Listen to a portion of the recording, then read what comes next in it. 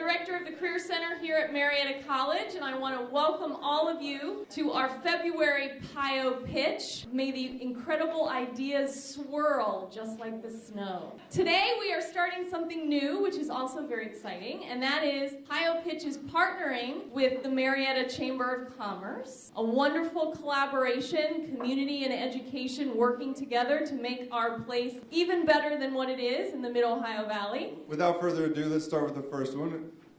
Is actually one of your own, a Marietta College graduate with a degree in behavioral biology and psychology. After graduating, she worked at the Cincinnati YMCA for a year, then moved to New Hampshire and continued working for YMCA up there. And then 8 years later went to Texas and started working as a branch executive director at a new YMCA down in South Texas, and then decided to move back to Ohio, became the CEO of Union County Family YMCA in Marysville for 5 years, and then moved to Marietta, Ohio, where she has lived for the past 5 years, serving as the Marietta CEO YMCA down here. So, without any further ado, let's welcome Suzy Zumwalde.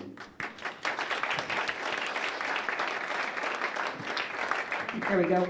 So I want to thank you for having me today. I do have to admit this is my first PioPitch, so I'm looking forward to getting a lot of feedback from you as well. So I appreciate being here today. And like Terry said, I'm with the YMCA. I'm Suzy Zumwalde. I've been working with WISE for over 26 years, and I've had the opportunity to work at WISE here in Ohio, as well as New Hampshire and Texas. And the snow we're having here is nothing compared to what I saw up in New Hampshire. So they keep schools open year-round up there pretty much. They don't close quite as often. So what I want to talk about today, I'll give you a little overview on the Y, and then I also would like to talk most specifically about what we're doing at our Y with Marietta College students. The first Y, for those who don't know, started in London, England, about 175 years ago. A group of church boys got together from the farm and came in, and they started meeting in the basement of a church, and they were reading the Bible and started doing some physical activity. After about 10 years, it then came to Boston, Massachusetts, where it just evolved into what it's become today. So Ys have been in the United States for about 165 years, and we've had our Marietta Family YMCA here for 116 years. 1902, the Y came to Marietta. It's had a couple different homes, most recently just a block from here, down on 7th Street. We have thousands of people coming through our doors every year, and we are definitely one of the largest nonprofits serving our community right now.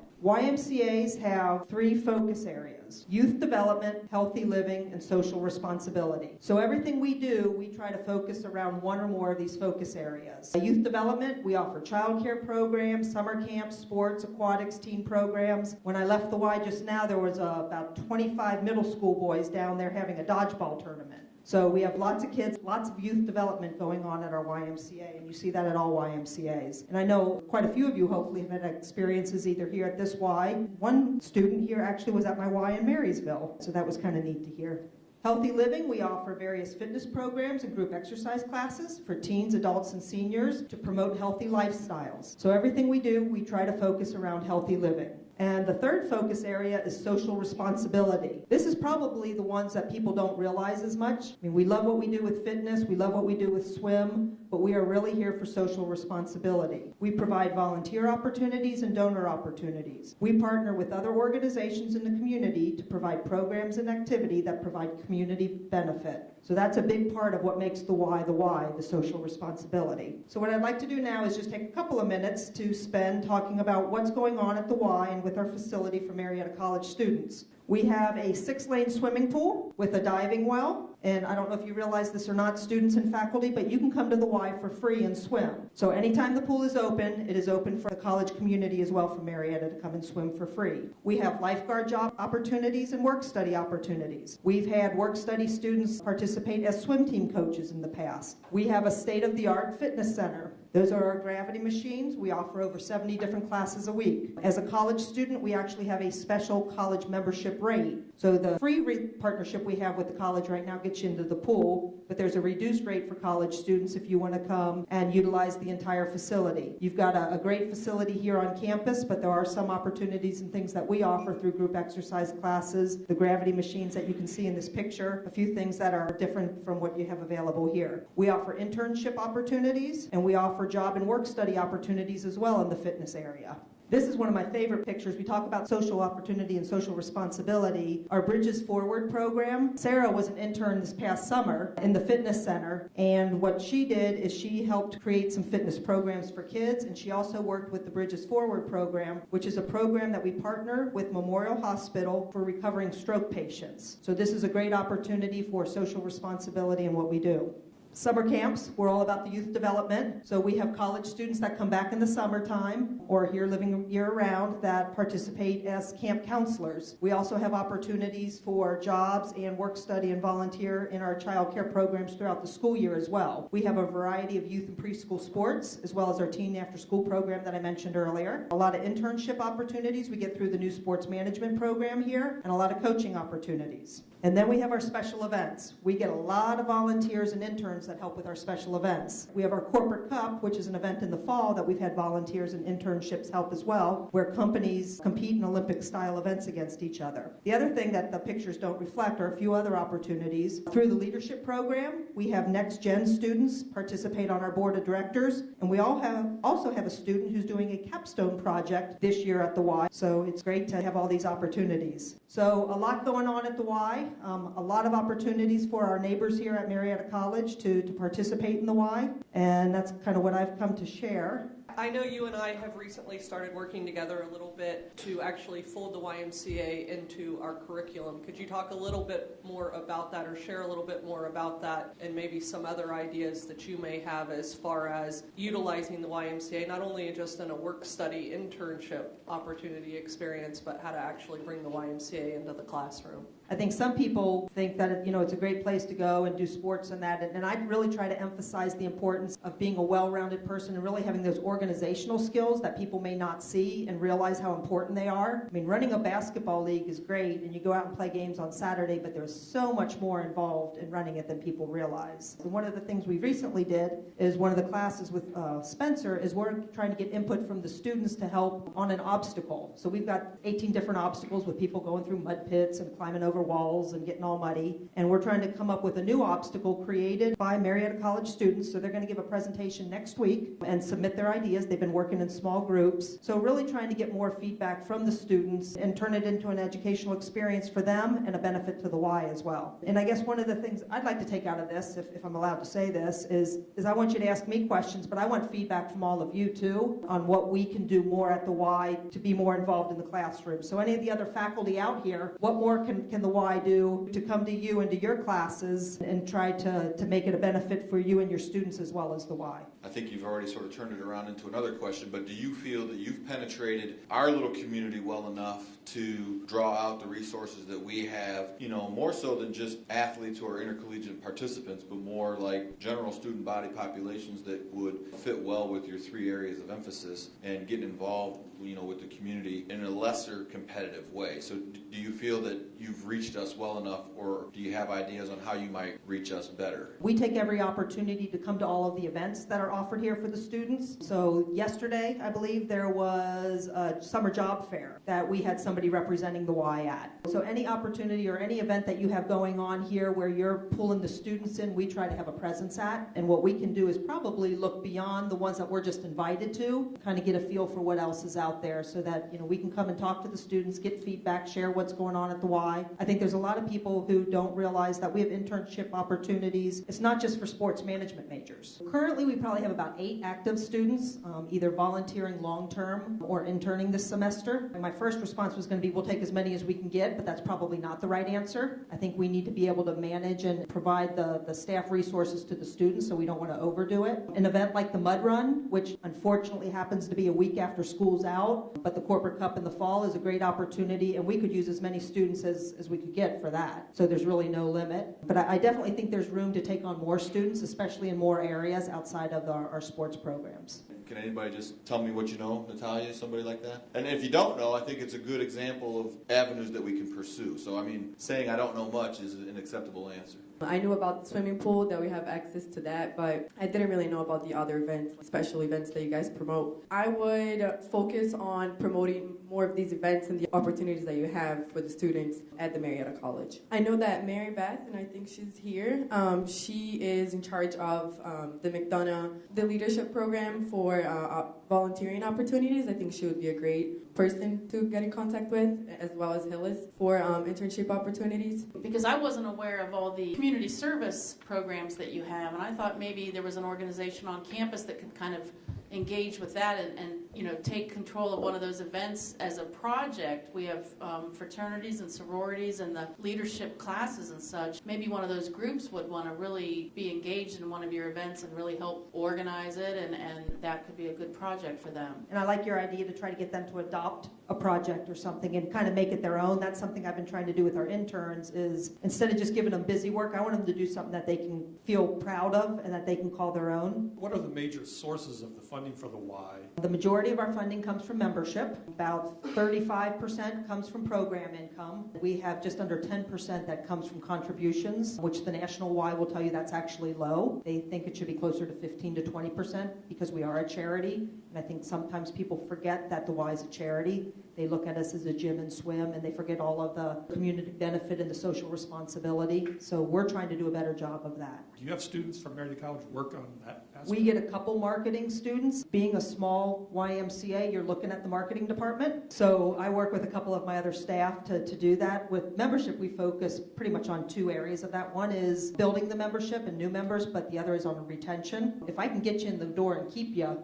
then we're doing pretty well. We're really focusing more on engaging new members in their first 90 days and getting them to commit to the Y and build those relationships, and then they'll keep coming. And the other thing we're focusing more on now is corporate wellness. Big push right now with employees and health and wellness at the companies. So we're trying to tag team with that and try to see what the Y can offer. We actually do some corporate discounts with some of the local businesses. Are there opportunities for some of these students to progress these internship opportunities into more professional opportunities? Can an internship turn into a full-time position with either the YMCA locally or the national organization? Because I think that is probably of interest, to a student who's spending some of their collegiate time, there. And I know a few other people from here who have done some volunteer and internships here in Marietta and have gone home to do summer jobs and other employment as well at the Y. So it absolutely can. And that's one thing I offer the students too, is if you don't live here, you're just here for the summer or for your internship, and you have an interest in pursuing a Y career, I'll help you make that contact. Especially if it's here in Ohio, but if it's anywhere, we have relationships, and I can call any CEO anywhere and put in a good word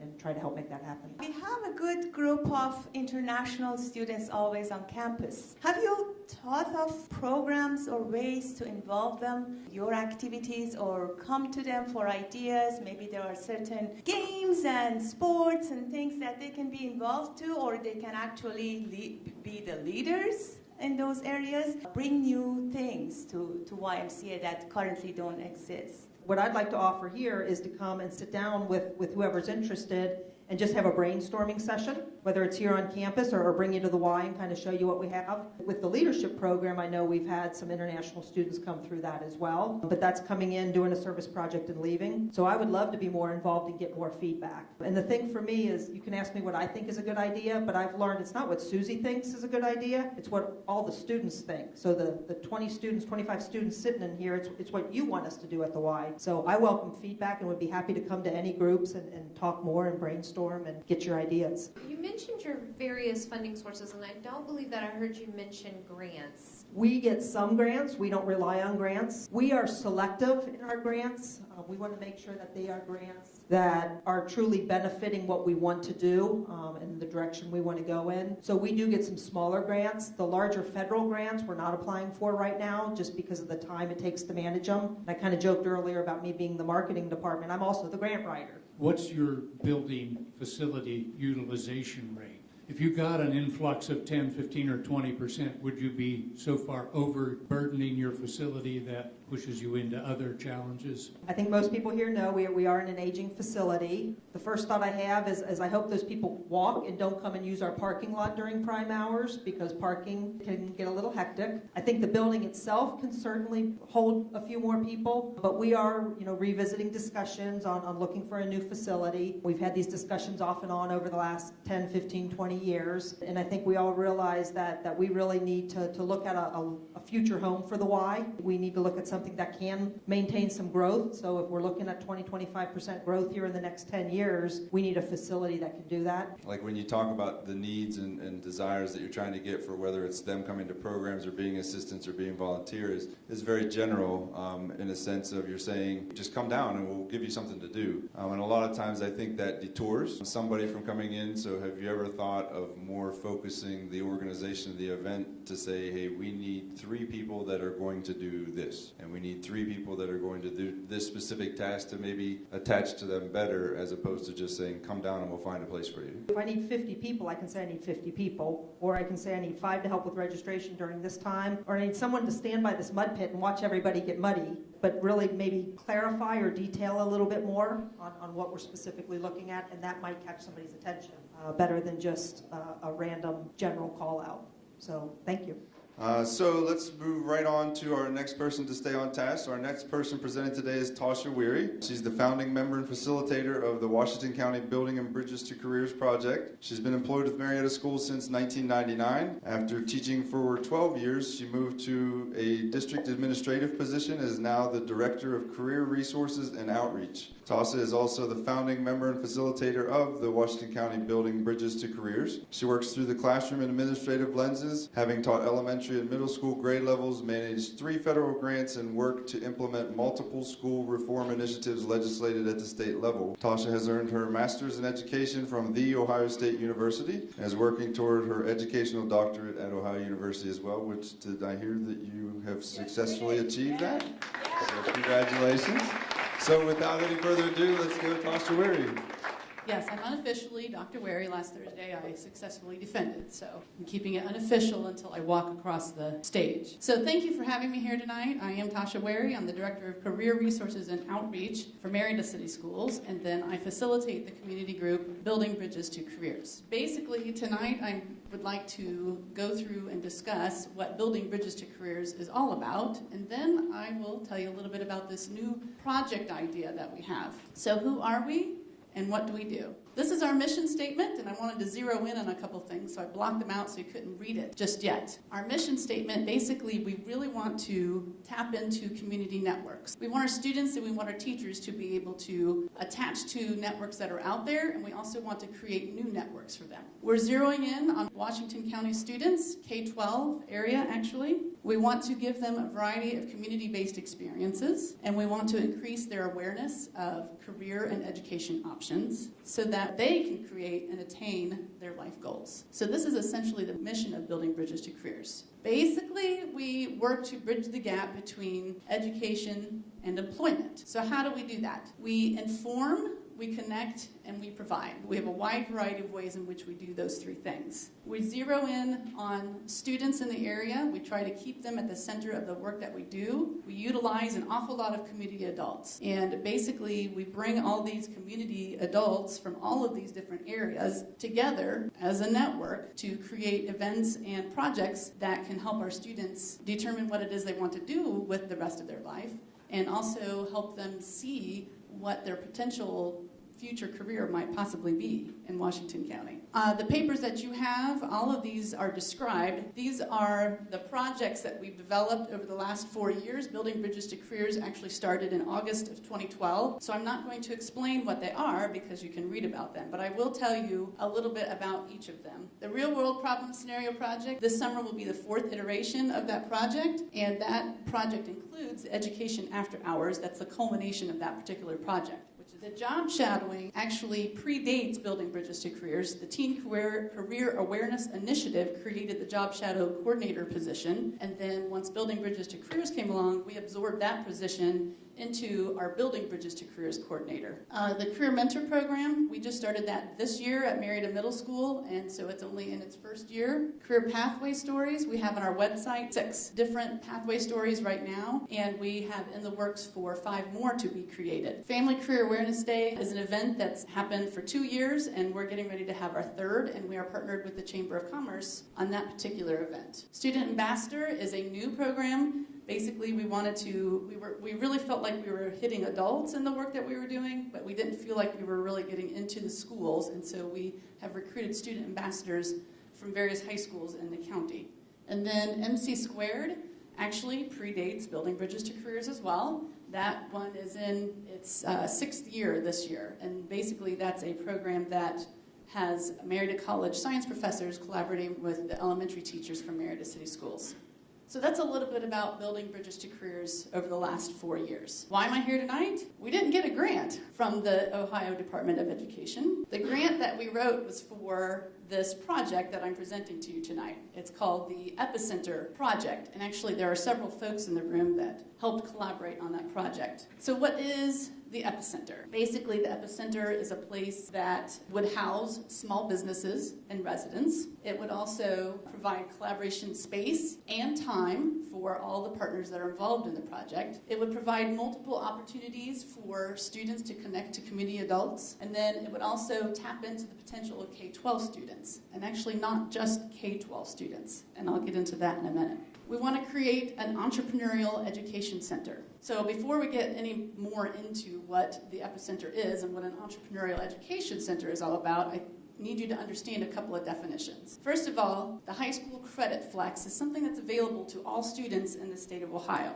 And essentially, that's just an independent study. And then you need to understand the concept of a small business incubator. Think of chicks in an incubator. Essentially, you put chicks in an incubator so that they can share resources in order to grow and expand. These two concepts kind of make up the basis of the Epicenter. So the vision statement for Building Bridges to Careers is successful students and prosperous communities. The two are very reciprocal. We feel that the Credit Flex opportunity would certainly help students be successful, and the Small Business Incubator would help our community to be prosperous. So basically, students from all of the schools in the county can participate, and we would have them come and create their independent study working with the businesses that are located in the Epicenter, along with any of the other partners that are involved in the work. And then for the Small Business Incubator, we'd like 3 to 6 small businesses that are looking for a jump start, basically a place that they can come and share resources with other small business owners. And we want them to be entrepreneurs and residents. And I say that because we don't want to be a strict business incubator. We want to have that educational feel to it. So we kind of want to create our own rules around this business incubator. And then they would be able to benefit because they'd be able to work with a wide variety of partners, including the students, so that they can build and grow their ideas. We have 3 businesses that are interested in our original project. Resolve Studios is an art collaborative. 1455 Media Incorporated is a video production, website creation. And then Verdant Technologies is actually the brainchild of one of our high school students who attended the Drive Camp last summer, which is an entrepreneurial camp. And he actually went and got an LLC already. And he's still kind of feeling his way through what kind of a business he would like to have. Can't really zero in on the product he necessarily wants to sell. But imagine him, he could be in this place. As long as he pays rent, come and we can help him out. So this is the grant that we did not get. The money was to renovate this place. This is behind the Boys and Girls Club inside of the Harmer Community Center. This is what it looks like right now.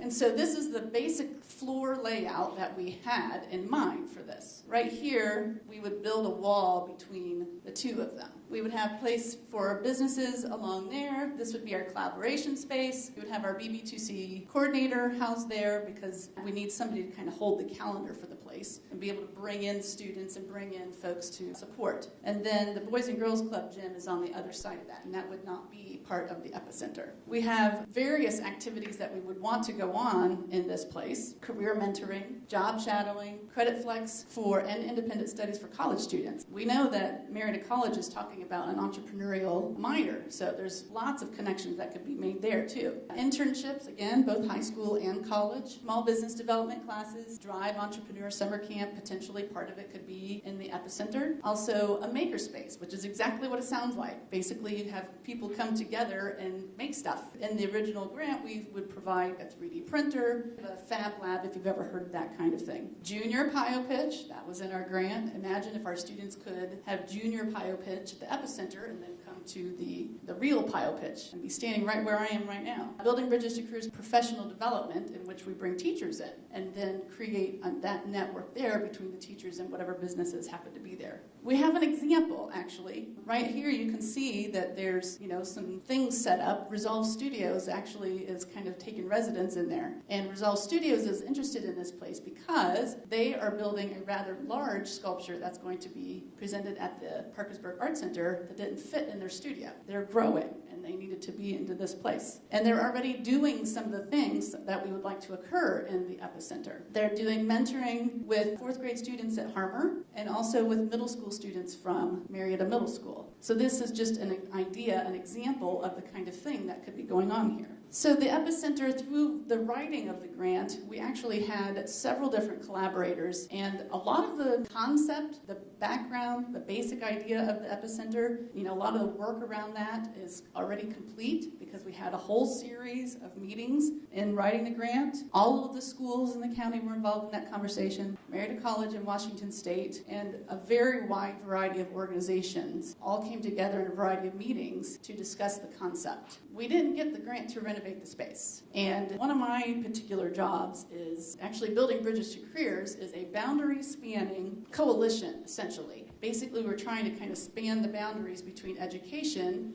and business, between education and the community, between education and other organizations that are out there. We have a wide variety of adults that participate in the committee. And when we were thinking that we would get the grant from the Department of Education, that seemed to kind of fall within my realm as the Building Bridges to Careers facilitator and also as an employee of Marietta City Schools. But without having the grant from the Department of Education, I kind of feel like I've gotten to the end of my boundaries. And as a boundary spanner, that's really kind of frustrating that we've got this amazing project that we have a lot of people in support of, but we can't seem to get across that boundary. So basically my question at this point is, we want to move forward. What do we need to do to move forward? And who should be involved in that process? Looking at this as like a career pathway or an entrepreneurial pathway, that student participated in Drive Camp, got an idea. At Marietta City Schools, he was able to take entrepreneurial coursework at our high school and actually receive college credit for those because we have dual enrollment. So if we were to be able to bring this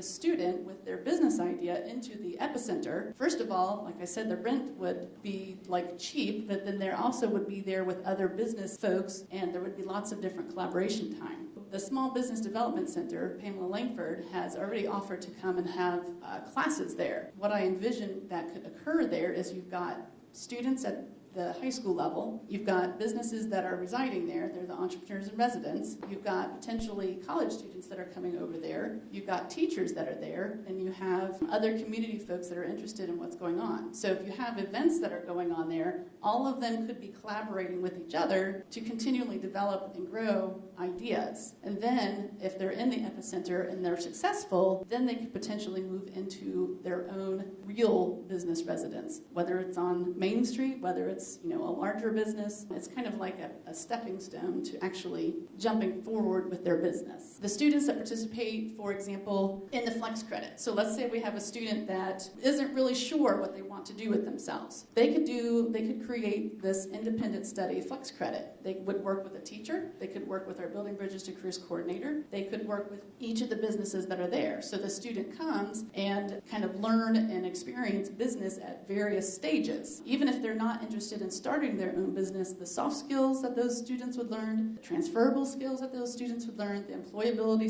skills that those students would learn are not skills that they would have learned in like your traditional educational situation. I foresee several different layers of work that could be going on here and a wide variety of activities. I'm thinking about dollars and cents. And as part of the presentation, and I haven't read the proposal, so I don't know about the models, but I'm wanting to ask a little bit about the operational models once it's developed. So certainly we could all collaboratively maybe think about other resources in terms of the renovation costs. But I'm thinking about, when you're presenting, talking about 3 to 6 small businesses. I do have a kind of traditional mindset around business incubation, so I'm thinking kind of what are other examples.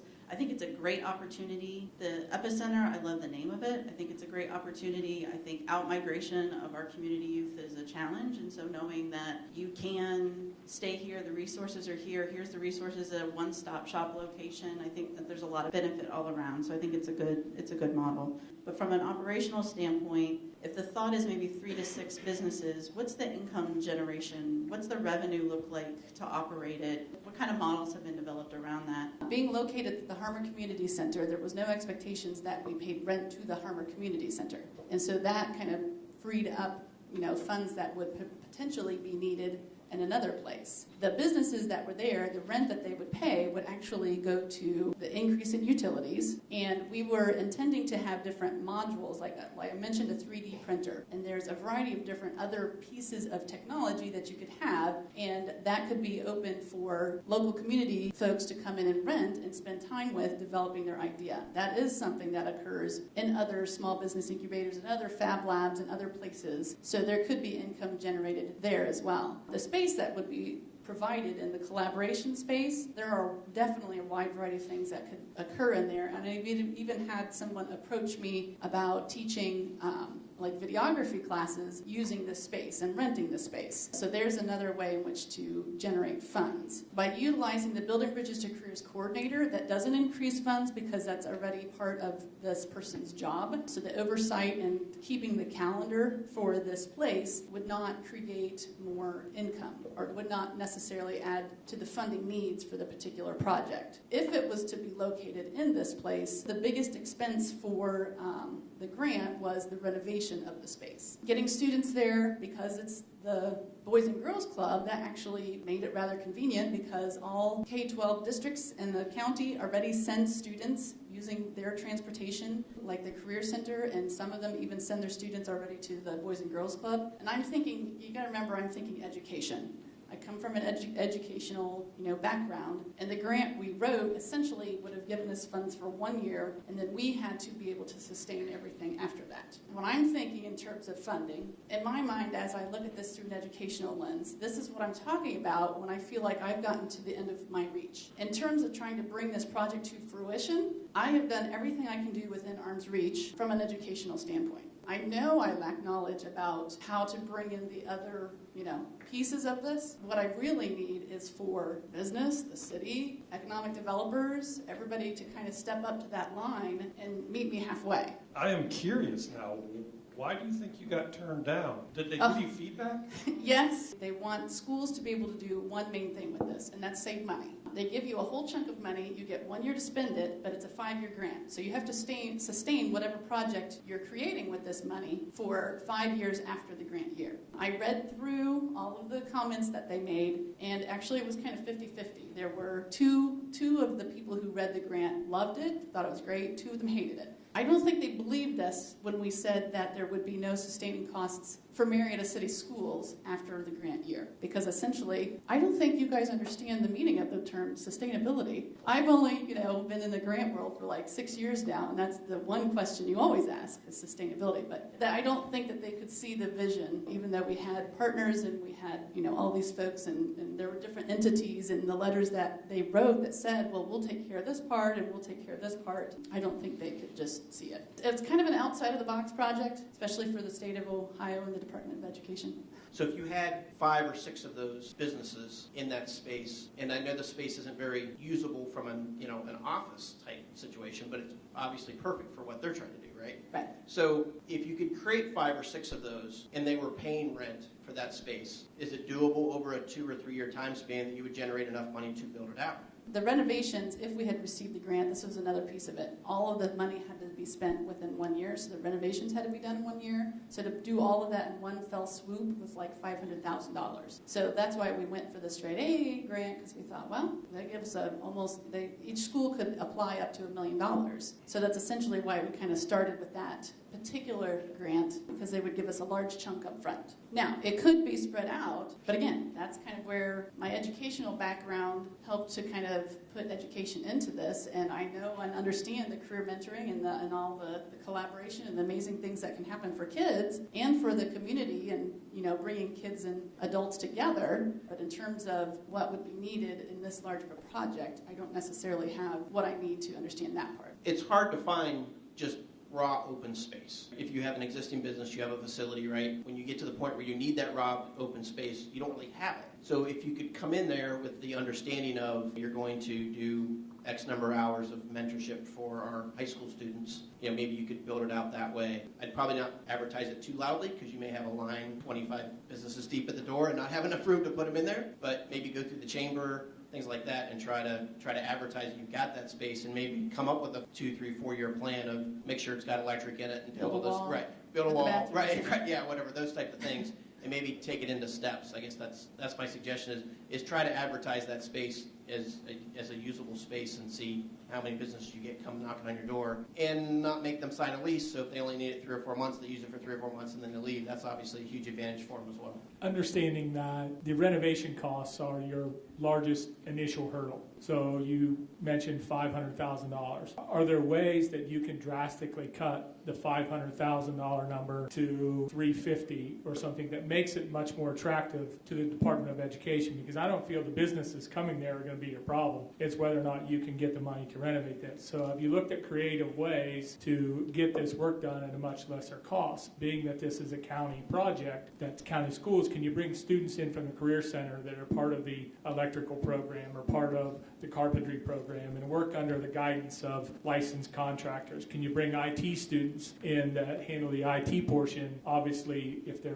in the education world, it helps that what a better way to put those minds to work by doing this. The IT folks might work under Terry's direction. You have to look at very creative ways to overcome your biggest obstacle, which is the cost. And I think that's the thing that you need to focus on, how you can drive these numbers down in order to, one, can you go to private donors to get that money, or whether you need to continue to go the public funding route. The Career Center does do projects like that. They built at Washington Elementary, they built the gazebo that's out there. So that's definitely a great route that would reduce those costs. And I think if we probably had more time and, a steering committee for this particular project, we probably could reduce those costs quite a bit. In the time frame, we had like 2 months to write the grant. I mean, I did meet with contractors and electricians and IT folks to create it, but it was just, at that time, it was like, okay, what's it going to take to do this right now? So that's a really good suggestion. Did you mention how much funding you're looking for? Well, the grant that we wrote total was about $700,000, but that included renovating the space, that included the IT, that included computers. I mean, we were going to put in, that included the furniture, the tables, laptop cards, the different modules that we wanted for the makerspace that was there, a year's worth of our Building Bridges to Careers coordinator, marketing, videography, and such. That was what we wrote in the grant. So that's the only kind of the number that I know and understand right now about that. Maybe you need to take those, this is ideally what I want, and boil it down into small pieces to say what's the minimum I need to get going. And once you're up and running and actually get some, I guess, people believing in what you're doing and understanding, because quite frankly, I'd never heard of what you were doing before today, and I think what you're doing sounds really interesting, but I think you should look outside of the education realm for your grant, because this sounds exactly like what big industry wants to fund. Corporate foundations might be a better start for grants than staying within the school system that have a very narrow-minded idea of what the funding should be for, so that you can expand into a more entrepreneurial way. With the state seeing declining enrollments across the board, and we've seen it especially in Washington County, we're looking at anywhere between a 5 and 10% decline in enrollments across the schools. That's causing some of these schools that have had bigger facilities to be using less and less of their facilities. So I guess one of the questions I have is, I don't think the public education sector is going to survive long without some sort of public-private partnership. Have you looked into the legalities of starting on a smaller scale but using your own facilities where your students are already there, so we don't have to transport them? They're already there, they can take care of it, maybe use the classrooms as the different business models, have a bigger classroom that you can have the conference space in and the labs and things like that. No, I have not, and here's the main reason why.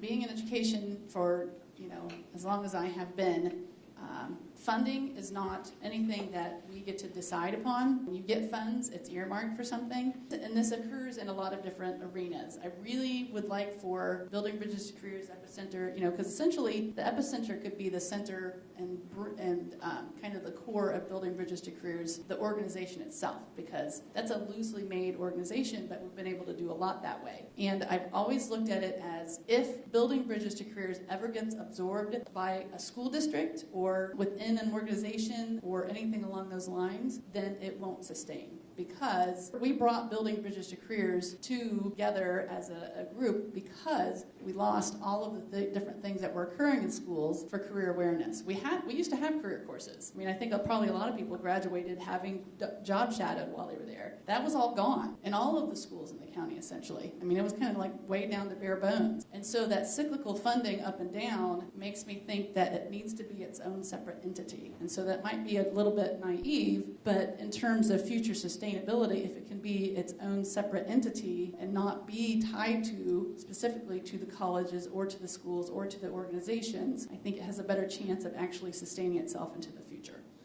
And keep tuned with our Facebook page and our website at Marietta College's website /PioPitch to see what the next events might be coming up. Thanks for coming out.